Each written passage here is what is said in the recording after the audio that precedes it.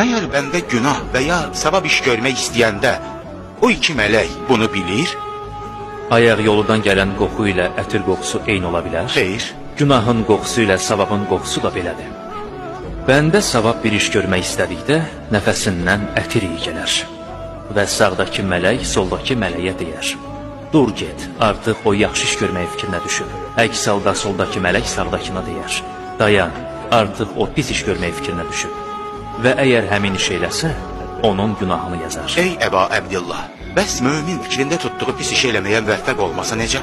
Allahın Rəsulu salavatullah belə buyurmuşdu: bu dörd vəziyyətlə üzləşdikdən sonra yalnız bədbəxt kimsə Allahın dərgahında xəsarətə uğrayanlardan olar. Bəndə yaxşı iş görmək fikrinə düşdükdə, əgər o işi görə bilməsə belə, ona xoş niyyətinə görə bir savab yazılar. Gördükdə isə 10 savab. Amma pis bir iş görmək fikrinə düşdükdə o işi görməyincə, ona günah yazılmaz.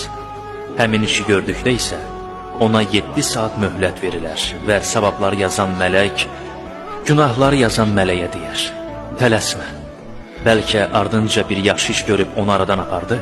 Çünki Allah Taala buyurmuşdu: həqiqətən yaxşılıqlar pislikləri aradan aparar və ya bağışlanmaq diləyər.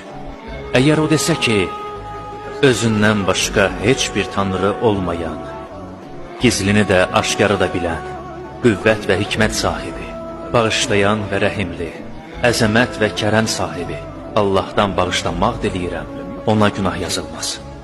Amma əgər 7 saat ərzində heç bir yaxşı iş görməsə və ya bağışlanmaq diləməsə, savabları yazan, günahları yazana deyər: yaz bu bədbəxtin günahını.